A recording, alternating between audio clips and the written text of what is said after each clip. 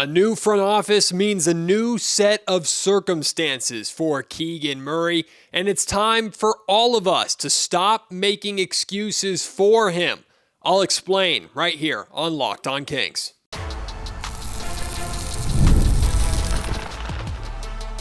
You are Locked On Kings, your daily Sacramento Kings podcast, part of the Locked On Podcast Network, your team every day.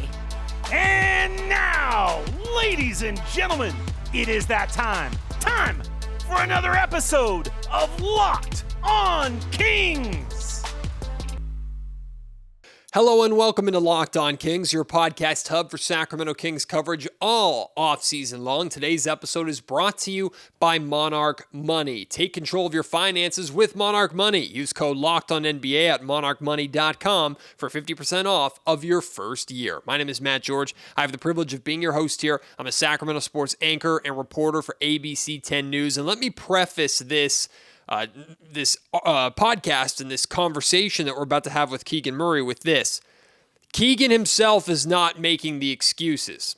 I don't think Keegan Murray acknowledges any of the excuses being made about him or his development or who's taking shots from him or why his three-point percentages have dropped.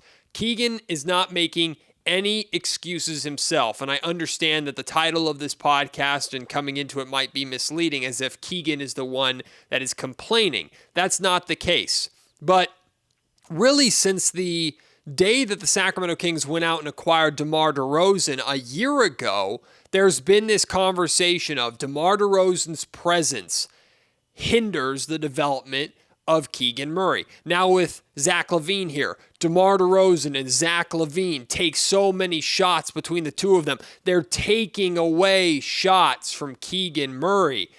It's time for these excuses to come to an end. Keegan Murray is going into year 4, but this is going to be a more unique and in many ways pressure-filled year for Keegan than I think he's ever faced before. Now, Keegan faced a lot of pressure coming into the league. Not only were you a 4th overall pick, you were drafted to a Sacramento Kings team that right away was contending for a playoff spot, right? And you were very quickly inserted in as a starter on that playoff team. And Keegan embraced that challenge. His best season by far, if we're talking offensively, was his rookie season.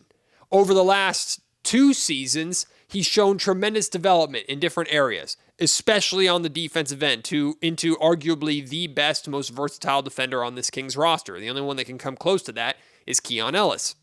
He's also developed, I think, as a rebounder, and he's gotten better at attacking the rim aggressively. But still, amidst those years of improvement and development, his three-point shooting percentages have dropped significantly, and he hasn't quite become the shot creator and go-to scoring option that maybe the Kings had hoped when they drafted him with the 4th overall pick. This year, there's 2 layers of pressure that Keegan is facing. Number one is his contract extension. Right, his contract extension, I feel very confident, is going to happen here in Sacramento. But the question is, what is the value of that contract? I mean, we saw what Jabari Smith Jr.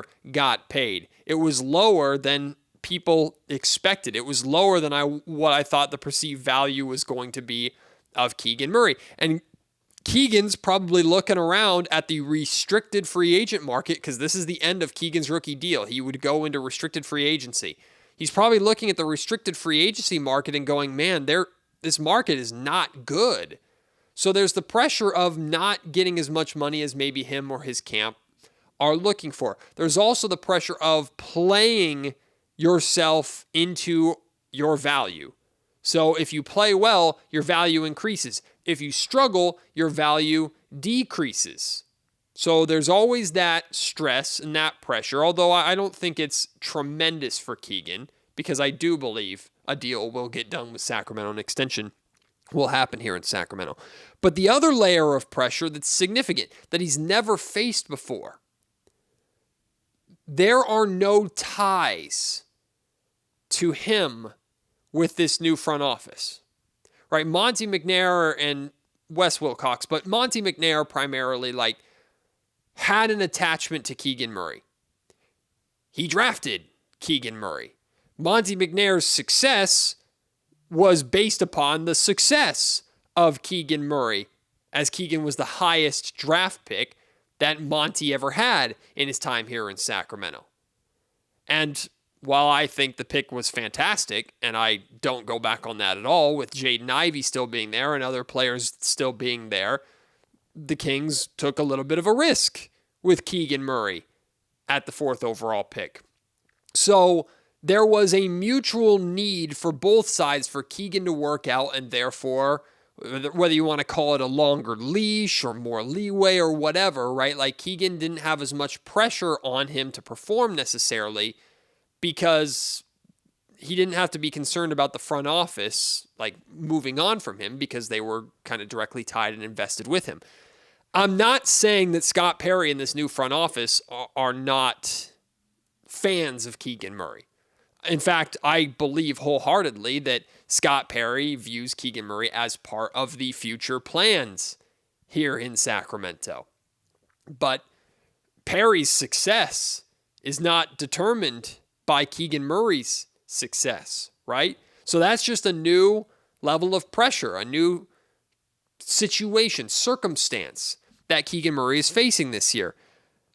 He's still going to have a majority defensive role, right? Perry in one offseason has not been able to address that gaping hole in terms of forward depth. Keegan is still going to be the guy that is responsible for guarding any top star on an opposing team that's between 6'6" and 6'9", 6'10". And even at times dropping down to the guard position, although Keon Ellis is there to take some of that pressure off him. And who knows, maybe Nick Clifford can come in right away and help alleviate some of that defensive pressure too. But primarily, Keegan is still going to have those intense defensive responsibilities. So the question is, or where the excuses come into play, and what we're going to be looking at with this 4th year with Keegan, is you have to find your shots amongst your teammates, right? DeMar, Levine, Domas, I'll even put Monk and Keon in there. Malik Monk takes a decent amount of shots. He's an offensive first guard. And then Keon Ellis established himself as a over 40% shooting, catch and shoot 3-point threat, who should get a lot of looks, and I think will continue to get a lot of looks on the perimeter with how the Sacramento Kings are trying to play. Keegan Murray needs to find his shots amongst that group. Is it realistic to expect Keegan to all of a sudden jump up to 15, 16, 17 shots per game with those guys there? No, it's not. But we're putting to bed this narrative or these excuses of these guys are taking shots away from Keegan Murray. These guys are hindering the development of Keegan Murray. The dude's in year 4. That stuff is done, right? The challenge is to Keegan directly. Are you going to be the elite two-way player that the Kings are hoping you can become, or are you not? Are you going to be able to hold it down on the defensive end and take on those primary defensive responsibilities that you are going to have until further notice? And even if the Kings went out and got depth at the forward position, Keegan would still be looked at as a primary defensive piece of this Kings roster. Are you able to hold down those responsibilities while also getting yours on the offensive end? Are you able to do that, or are you not? Are you going to be a two-way player, at a starting caliber player in this league who can impact winning and get the Sacramento Kings back to the playoffs, not necessarily next season, but in the years to come? Or are you not? And the thing with Keegan is, and I understand his personality, and I appreciate Keegan's personality. I've gotten to know him on a fairly decent level over the 3 years that he's been here. We all joke about Keegan never smiles, and Keegan always has just kind of the deadpan-like face, right? Keegan needs to be assertive. And I've talked about this for the 3 years that he's been in the league. If you're rolling early on, demand the basketball. Even with DeMar DeRozan and Zach LaVine and Domantas Sabonis and all these guys on your team, if you're cooking, if you want shots, go out and demand them.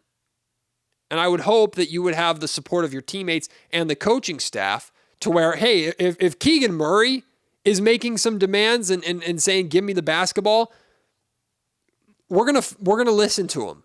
Now, we don't have to give it to him every time, and I'm not saying Keegan needs to become a ball hog or anything like that. But even if Scott Perry likes DeMar DeRozan, even if Scott Perry likes Zach LaVine, I think Scott views those two as temporary pieces on this roster and views Keegan as more of a long-term option. So act like it. Don't wait your turn, take your turn. That's what I'm looking for from Keegan Murray this year. There aren't going to be any excuses of it's because of his teammates or it's because of this circumstance or that circumstance that he's shooting in the low to mid 30s from three-point range or that his points per game are back to around 12. Like, I don't care. This is year 4. And his age-wise, he came into the league as an older prospect. You're entering your prime. Are you going to be that two-way threat or are you not? And I'm not asking or expecting Keegan to jump up to a top 2 or even top 3 scorer on this Kings roster. But are you going to be a nightly offensive threat instead of a once-in-a-blue-moon guy that could explode for 40 and have one hot quarter and then disappear for the rest of the game because whether it's your fault or it's not, your teammates aren't getting you the ball? There's no more excuses for Keegan Murray. He's not making them. We need to stop making them too. It's about how he steps up in year 4. I'm really curious to see what Keegan looks like come the start of next season. Today's episode of the Locked On Kings podcast is brought to you by Open Phone. If you're running a business, you know that every missed call is money left on the table. Think about the last time that you had an urgent need, maybe for a plumber or a service provider. If the first person you called didn't answer, did you wait for them to call back? No, you moved on. That's why you need Open Phone. Open Phone is the #1 business phone system built to streamline and scale your customer communications, all from an app on your phone or on your computer. Open Phone lets you manage business calls and texts from a single app. The shared inbox feature is a game changer. Your entire team can jump into any conversation instantly without missing a beat. And their AI agent handles after-hour calls, answering common questions and captures leads, so you never miss a customer no matter what time of day it is. Open Phone is offering Locked On Kings listeners 20% off of your first 6 months at openphone.com/LockedOnNBA. That's openphone.com/LockedOnNBA. And if you have existing numbers with another service, Open Phone will port them over at no extra charge. Open Phone. No missed calls, no missed customers. So I was filling in on D'Lo and KC this week. D'Lo and KC on ESPN 1320, friends of the show, fantastic radio show that they have here in Sacramento. And I was having a conversation with Kyle Madsen, who's one of the hosts of The Insiders on ESPN 1320 with James Ham. And we were talking about like the backup point guard position and Devin Carter versus Malik Monk. And we just started talking about like what the preferences are of the organization and who's more likely to hold down that position right now. And it led to me sharing something that I had heard about Malik and his openness to his role here in Sacramento under head coach Doug Christie that Will Z, another friend of the show, went and wrote an article about for Sports Illustrated. So I thought I'd expand upon it a little bit. First, let's start with Malik Monk's situation. All signs as of now point to Malik staying in Sacramento. Right? There's no reason to believe that the pizza guy is going anywhere at this point in time. The Kings certainly looked, and you've heard us say over the course of this offseason, oh, the value isn't there, the market isn't very good. And I think what we've learned at this point is that it's not that the market is bad because of Malik. The market is just bad, period. Right? This offseason has been one of the more underwhelming off seasons in terms of generic moves, although it's had huge firework moments like the Desmond Bane deal or just recently Dame Lillard going back to Portland, right? So there have been some fireworks, but ultimately, as a whole, the league is kind of in this scared money spot with the first and second apron system and the luxury tax and everything that the NBA recently implemented. So it's not so much, man, Malik Monk's market is really, really bad because he's got a reputation or he's not a very good player or his contract's terrible. No, it's just the market in general is not very good. I believe, and this is not just my opinion, this is based off of conversations that I've had and things that we've talked about a lot here over Locked On Kings over the past couple months. I believe if Scott Perry and the Sacramento Kings had their way, Malik Monk would not be on this roster. And it's not because, again, they don't see any value in Malik, but they have a logjam at that position, and I don't think Malik Monk fits the vision or long-term plan of Scott Perry going forward. And Malik Monk he is a good player. He does have value, so it makes perfect sense if you don't feel that this guy is going to be part of the long-term plan and you think you could try and get value for him right now when you have a bunch of other contracts on this roster that you can't really move, like LaVine and Sabonis and even DeRozan to some extent, then it makes sense for the Kings to go out and shop Malik Monk. So people always attach kind of these emotions to rumors, and if a player's put on the trading block, it means the bridge is burned and there's hatred between the sides of the front office and the player. That's not the case. That's not the case with Malik Monk. Of course, Malik still wants to start. I'm not going any further in this conversation without making sure that's understood. Malik Monk wants to start just as badly today as he did during the entire saga under Mike Brown before he finally got to start like midway through or a third of the way through last season. There were times where it worked really well, especially early on when he was starting next to De'Aaron Fox. It worked well. It looked good. But especially after Fox's departure, Malik got opportunity to hold down that point guard spot, could not do it. Hence the reason why the Kings went into the offseason saying we don't have a point guard, and they went out and got Dennis Schroeder. Malik Monk definitely still wants to start. But what I said on the podcast or on the radio show that has been picked up by Will Z is this.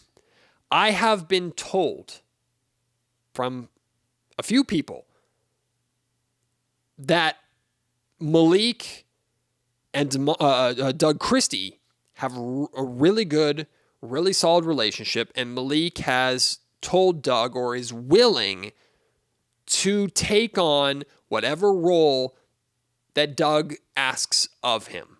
Meaning if Malik is going back to those six-man responsibilities that he was so good for 2 years, back-to-back seasons where I think both years he should have been the sixth man of the year. It's a travesty he didn't win it at least once. If that's the role he goes back to, even if it's not the most ideal role for Malik Monk, he will do it and will embrace that role for Doug. I do not believe that Malik would pout or throw a fit or make sure everybody knows how unhappy he is. He never did that before for a coach that he had, I won't say issues with, but we know that Malik and Mike Brown, because of their personalities and their competitiveness, they both clashed from time to time.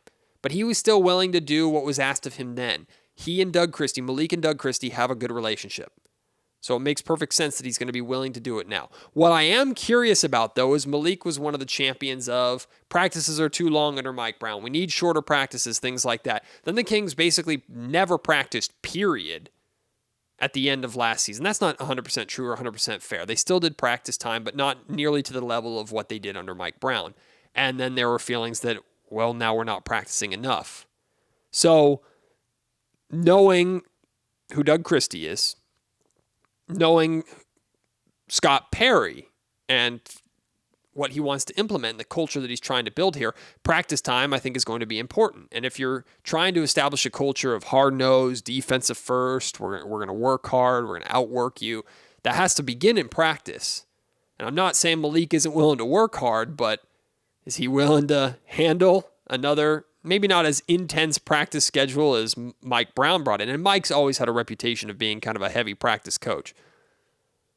But is Monk willing to ramp up that practice time again? I guess we'll wait and see. But again, I have been told that Malik is willing to embrace whatever role Doug Christie and the Sacramento Kings ask of him as long as he is still here.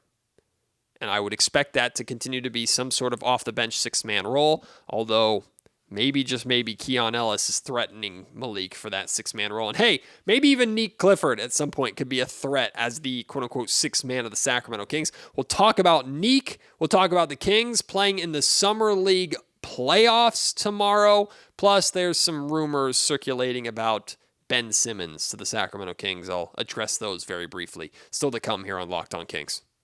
Like I said at the top of the show, today's episode of Locked On Kings is brought to you by Monarch Money. Ever wish managing your money felt easier? Well, with Monarch Money, it can be. Whether you're growing your savings or planning a big purchase, Monarch puts you in the driver's seat. It's like having your own personal CFO, giving you full visibility and control over your finances. Monarch Money is more than just a simple budgeting app. It's a complete financial command center. You can track all of your accounts, investments, and spending in one place. So in addition to managing your money, you're also building wealth. There's so many different tools and little just features that Monarch Money has that are game changers, from detailed tracking of your spending, where your money's going, how much money is going to specific areas like stores that you like or your favorite coffee shop or whatever. There's categories that it'll break it down into, so you know always where your money is going and how much of that money is going every single pay period, every single month. And it has everything in one app to make it easy to manage on a day-to-day basis. No more going through different apps and different spreadsheets and files on your computer or anything like that. It's all one place at one time, and it's easy to manage multiple accounts if you have different accounts with your partner or whatever. Monarch Money handles all of that. Take control of your finances with Monarch Money. Use code LOCKEDONNBA at monarchmoney.com for 50% off your first year. That's monarchmoney.com, code LOCKEDONNBA for half off your first year. It was close, but the Sacramento Kings made it into the Summer League playoffs. They are the fourth seed out of four. The top four teams actually advance in the playoffs. I think the Timberwolves were the fifth seed. Sorry, they were also undefeated, but they lost because of point differential. The Kings made it, and on Saturday, tomorrow at 1 o'clock inside the Thomas and Mack Center on the campus of the University of Las Vegas, the Kings will take on the number one seed Toronto Raptors in the semifinals of the Summer League playoff. A winner-take-all game. If the Kings win that, they will play either the Thunder or is it the Pelicans? I don't know the other team, to be honest with you. The Kings will play or have a chance in the championship game after that. So they're 2 wins away from their third Summer League title as a franchise. We want another banner. We want more rings. It's exciting to be able to say that the Sacramento Kings are in the playoffs. We're going to be watching Kings playoff basketball this weekend, people. Forget the context. That's just fun to say. And I don't get to say that very often on Locked On Kings, so you're damn right I'm going to say it. In addition to how cool that is, ESPN put out their rankings of rookies and their performances in Summer League. Guess who was number one above of number 2, Cooper Flagg? You guessed it, our boy, the big purple dog, Nick Clifford, ranked the number 1 rookie in Summer League, and I'm glad somebody at ESPN is paying attention, because Nick has been fantastic. Again, there have been much better scoring performances from a number of different guys over the course of Summer League. But Nick's consistency, 3 19-point games, 1 17-point games, games with multiple steals, games with blocks, a 12-rebound game, a 9-assist game. Nick is showing off the versatility. He is doing it all for an undefeated team in the Summer League, and he's played every game so far. There's no reason to believe he and Maxime Reynaud and Devin Carter and these guys are going to stop with the Summer League playoffs beginning tomorrow. So we get to see Neek Clifford in at least one more game in the Summer League. I'm excited about that, and I'm happy for him that he's getting that recognition as the top rookie. He's played so unbelievably well this summer, which I know has fired a lot of Kings fans up. There is a rumor circulating, or should I say a report that came from Jake Fisher, that the Sacramento Kings are interested in Ben Simmons, or that Ben Simmons has become a name on their radar as they continue to look at the backup point guard position. Now, I'll say this first and foremost, it makes complete sense that Scott Perry is still looking around because he probably doesn't feel, based off of Devin Carter's performance and the fit of Malik Monk long term, that there is a great backup point guard option on this roster right now. The Kings still have their mid-level exception. They retained it in the sign and trade of Dennis Schroeder with the Detroit Pistons. That's why they did that deal in the first place.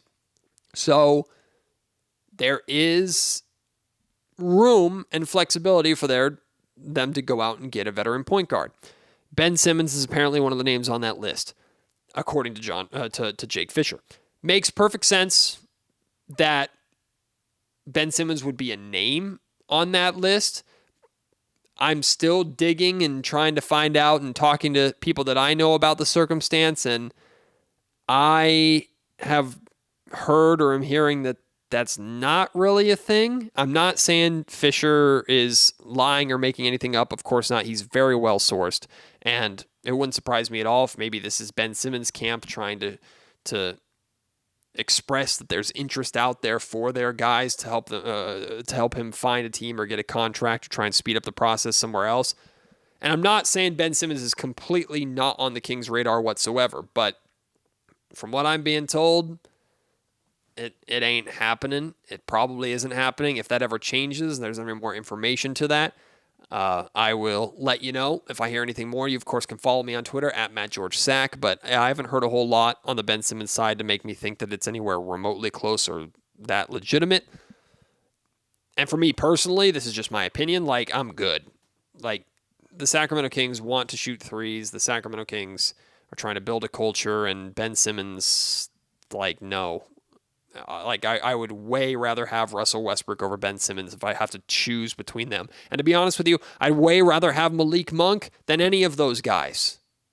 You're probably going to have Malik anyway. You're not really going to be able to move him. I know there's questions about Malik Monk handling the point guard position, but he handled a lot of those secondary ball handler off-the-bench responsibilities over the 2 years that he was really, really good here in Sacramento. I think if this is truly a gap year, which I believe it is, Malik can hold that job down. And you can give looks to Devin Carter. You can give looks to Neek Clifford. You can try things out. Malik is not a bad option short term, and he's not going anywhere anyway. So I would just say, don't even worry about it. If you want to use that MLE, try and find some wing depth if it's even out there. Who knows? But I'm good with Malik over Russ. I'm certainly way better with Malik Monk over Ben Simmons, and I'd way rather have Russell Westbrook over Ben Simmons. Again, that's just me. But I would love to hear your thoughts on that, your thoughts on the Kings in the Summer League playoffs, any predictions that you have for that, your thoughts on what I had to say about Keegan Murray. What are your expectations for Keegan? Are you still feeling like there is an excuse there for Keegan or not? Hit me up at MattGeorgeSack on Twitter. Email me, mattgeorgesports@gmail.com, or leave your thoughts in the YouTube comment section down below. I appreciate your support as always. Can't wait to have you join me on the next episode of Locked On Kings. Until then, my name is Matt George. You've been listening to the Locked On Kings podcast, part of the Locked On Podcast Network.